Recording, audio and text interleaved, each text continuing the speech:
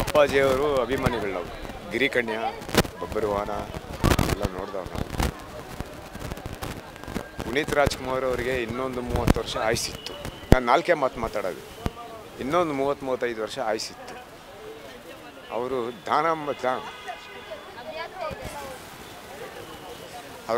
ದಾನ ಧರ್ಮ ಮಾಡಿದ್ದಕ್ಕೆ ತಿರುಪತಿ ವೆಂಕಟರಮಣ ಸ್ವಾಮಿ ಏನು ಹೇಳಿದ್ರು ಗೊತ್ತಾ? ಡೈರೆಕ್ಟಾಗಿ ಬಂದ್ಬಿಟ್ಟು, ನಾನು ಮಾಡಬೇಕಾಗಿರೋ ಕೆಲಸ ನೀನು ಮಾಡ್ತಾ ಇದೆಯಾ, ನೀನು ನನ್ನ ಹತ್ರ ಬಂದಿದ್ದೆ ಅಷ್ಟೇ. ಅವ್ರು ಕರ್ಕೊಂಡಿದ್ದು ಅಷ್ಟೇ, ಆಯಪ್ಪನೇ ಕರ್ಕೊಂಡಿದ್ದು ಅಷ್ಟೇ. ಅರ್ಥ ಆಯ್ತಾ ಹೇಳಿದ್ದು? ನಾನು ಮಾಡಬೇಕಾಗಿರೋ ಕೆಲಸ ನೀನು ಮಾಡ್ತಾ ಇದೆಯಪ್ಪ, ಬಾ ನಾನು ಮಾಡ್ತೀನಿ, ಸಂತೋಷ ಬಂದು ಅವ್ರು ಕರೆದಿರೋ ಸರ್. ಅಪ್ಪೋರಿಲ್ಲದೆ 4 ವರ್ಷಗಳನ್ನು ನೀವು ಇದನ್ನು ಅಭಿಮಾನಿಗೂ ಆಗಿ ಎಷ್ಟು ಕಷ್ಟ ಆಗುತ್ತೆ? ಅದೇ ಅವ್ರ ಬಗ್ಗೆ ತಿರ್ಗಾ ಕಣ್ಣಲ್ಲಿ ಇರಬಾರ್ದು, ಇಲ್ಲೂ ಹೇಳಬೇಕು, ಅಲ್ಲಿಗೆ ಹೇಳೋಕ್ಕಾಗ್ತಾ ಇಲ್ಲ. ಇಷ್ಟೇ. ಅವ್ರ ಆಯುಸ್ ಬಂದು ಹೋಗಿಲ್ಲ, ಇನ್ನೂ ಆಯುಸ್ಸಿತ್ತು, ಇನ್ನೊಂದು 30 ವರ್ಷ ಇತ್ತು, 60 ವರ್ಷ ಮೇಲೆ ಬದುಕಬೇಕಾಗಿತ್ತು. ಬಟ್ ಏನಂದರೆ ತಿರುಪತಿ ವೆಂಕಟರಮಣ ಸ್ವಾಮಿ ಬಂದು ಡೈರೆಕ್ಟಾಗಿ ಬಂದು, ಬಾಪ ನಾನು ಮಾಡಬೇಕಾಗಿರೋ ದಾನ ಧರ್ಮ ನೀನು ಮಾಡ್ತಾ ಇದೆಯಾ, ಬಂದ್ಬಿಡು. ನಮ್ಮ ಬಾಸ್ ಅಂದರೆ ನಮ್ಗೆ ತುಂಬ ಇಷ್ಟ. ಅಪ್ಪು ಅವರಂದರೆ ಅವ್ರನ್ನ ತುಂಬ ಮಿಸ್ ಮಾಡ್ಕೊಂಡು ತುಂಬ ಬಾಧೆ ಪಟ್ಟಿದ್ದೀವಿ. ಊಟ ಬಿಟ್ಟು ಮನೇಲಿ ಜಗಳ ಆಗಿ ಎಲ್ಲ ಕೂಡ ಆಯಿತು. ಅವರಿಗೋಸ್ಕರನೇ ಅವರಿಲ್ಲ ಅಂತ ಅಂದ್ಕೊಂಡಿಲ್ಲ, ಯಾವಾಗೂ ನಮ್ಮ ಮನಸ್ಸಲ್ಲಿ ಇದ್ದೇ ಇರ್ತಾರೆ ಕೂಡ. ಇಷ್ಟು ಹೇಳೋಕ್ಕೆ ಇಷ್ಟಪಡ್ತೀವಿ ಅಷ್ಟೇ. ಅವ್ರಿಗೆ ತುಂಬ ಆಲ್ ಮೂವೀಸ್ ನೋಡಿದ್ದೀನಿ, ಆಲ್ ಮೂವೀಸ್ ಸಾಂಗ್ಸು ಗೊತ್ತು. ಅವ್ರ ಮೇಲೆ ಇಟ್ಟಿರೋ ಅಭಿಮಾನ.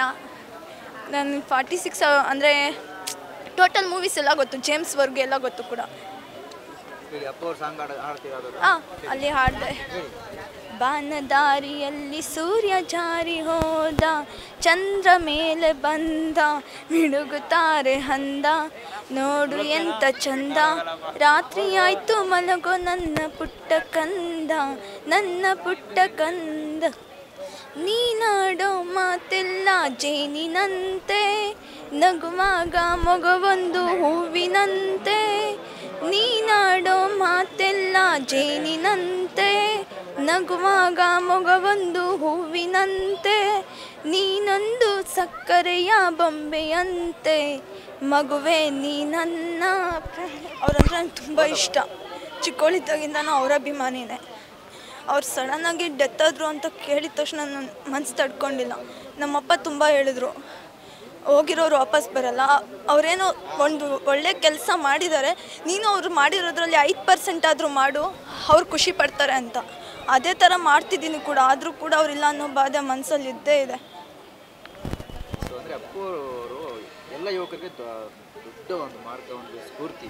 ಅವರು ನೀವು ಯಾವ ರೀತಿ ಅವ್ರನ್ನ ಒಳ್ಳೆ ಗುಣಗಳಾಗಲಿ, ಸೊ ಯಾವ ರೀತಿ ಅವ್ರನ್ನ ಸ್ಫೂರ್ತಿಯಾಗಿ ತೊಗೊಳ್ತೀರಿ ನೀವು?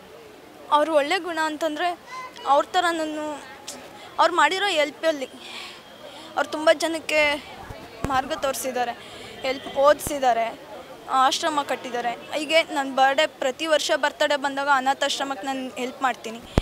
ಅವರು ತೋರಿಸಿರೋ ಮಾರ್ಗನೇ. ಕೇಕ್ ಕಟ್ಟಿಂಗ್ ಅದೆಲ್ಲ ಮಾಡೋಕ್ಕೋಗಲ್ಲ, ಅನಾಥಾಶ್ರಮಕ್ಕೆ ಅನ್ನದಾನ ಮಾಡಿಸ್ತೀವಿ. ಇದೇ ಅವ್ರು ಕೊಡ್ತಾರೆ. ಇದು ಇನ್ನೊಂದು, ಅವ್ರನ್ನ ಇರೋವ್ರಿಗೂ ಅಲ್ಲ, ನಾನು ಬದುಕಿರೋವ್ರಿಗೂ ಮರೆಯೋದು ಇಲ್ಲ. ಅದೆಷ್ಟೇ ದಿನ ಆಗಲಿ. ಅಂದರೆ ಅವರು ನಮ್ಮ ಮನೇಲಿ ದೊಡ್ಡ ಫೋಟೋ ಇಟ್ಕೊಂಡು ಅವ್ರ ಫೋಟೋ ನೋಡಿದಾಗೆಲ್ಲ ನನ್ನ ಕಣ್ಣಲ್ಲಿ ನೀರು ಬರ್ತಾನೆ ಇರುತ್ತೆ. ಇಲ್ಲ ಅನ್ನೋ ಬಾಧೆ ಇದ್ದೇ ಇರುತ್ತೆ. ಅವ್ರು ಬದುಕಿರೋವಾಗ ನಾನು ಅವ್ರನ್ನ ನೋಡಬೇಕು, ಮೀಟ್ ಆಗಬೇಕು, ಅವರ ಬ್ಲೆಸ್ಸಿಂಗ್ಸ್ ತೊಗೋಬೇಕು ಅಂತ ತುಂಬ ಆಸೆ ಇತ್ತು ನಮಗೆ. ಆದರೆ ಅದು ನೆರವೇರಲಿಲ್ಲ. ಅದೊಂದು ನನಗೆ ನಿಂತೋಗ್ಬಿಟ್ಟು ಆಸೆ, ಅದಕ್ಕೆ ಬಾಧೆ ಇದೆ. 3 ವರ್ಷದ ಹಿಂದೆ ಇದೇ ಸಮಯದಲ್ಲಿ ಅಂದರೆ ಅಪ್ಪು ಸರ್ ಇಲ್ಲ ಅಂತ ವಿಷಯ ಗೊತ್ತಾಗುತ್ತೆ. ಆ ಕ್ಷಣ ಹೇಗಿತ್ತು, ಹೆಂಗೆ ಅದನ್ನು ಇದು ಮಾಡ್ತಾರೆ? ಆ ಟೈಮು ನಾನು ಸೂಸೈಡ್ ಅಟೆಂಪ್ಟ್ ಮಾಡಿದ್ದೆ.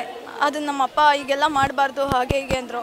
3-4 ಡೇಸ್ ಫುಡ್ಡು ತಿಂದಿರಲಿಲ್ಲ ಸರಿಯಾಗಿ. ಆವಾಗಲೇ ನಮ್ಮಪ್ಪ ಹೇಳಿದ್ರು, ಅವರು ಹ್ಯಾಪಿಯಾಗಿರಬೇಕು ಅಂತಂದರೆ, ಅಲ್ಲಿ ಎಲ್ಲಿದ್ರೂ ಅವ್ರು ಸಂತೋಷವಾಗಿರಬೇಕು ಅಂತಂದರೆ ನೀವು ಅಭಿಮಾನಿಗಳಾಗಿ ಅವ್ರಿಗೆ ಒಳ್ಳೆ ಹೆಸರು ತರಬೇಕು, ಒಳ್ಳೆ ಮಾರ್ಗದಲ್ಲಿ ನಡಿಬೇಕು, ಅವಾಗ ಅವ್ರು ಖುಷಿ ಆಗ್ತಾರೆ ಅಂತ ನಮ್ಮಪ್ಪ ಹೇಳಿದ್ರು.